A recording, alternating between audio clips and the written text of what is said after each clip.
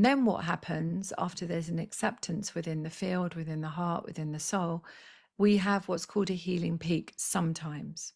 Okay.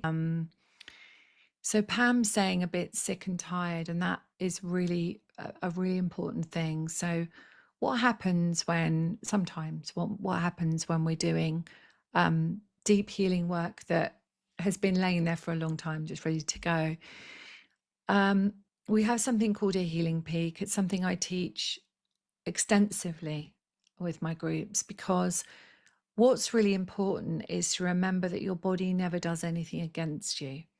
So what happens is we have a shock and a trauma, and that shock and trauma stays in the field and goes into the heart, up to the brain. That's another story, but essentially lands wherever it needs to land. And we hold that until we make acceptance. And so acceptance comes quite often, might be from a conversation, but it also will be from healing that we do.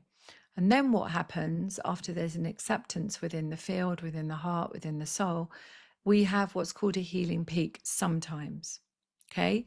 Can be sometimes a sore throat, can be a cough, can be feeling sick, can be a headache, can be feeling very hot. I often get hot. Can be feeling tearful, which is obviously, a natural thing, right? But these are called healing peaks. Sometimes we have a heart palpitation, like, oh gosh, feel like that going in my heart.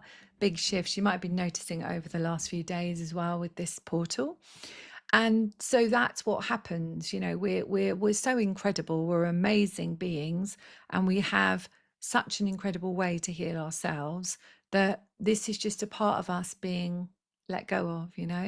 So, and we can reframe that and say, gosh, it's really interesting how I'm feeling dizzy and I'm feeling tired, because we have a language, and we've all had it, a language where we think something's wrong with us, right?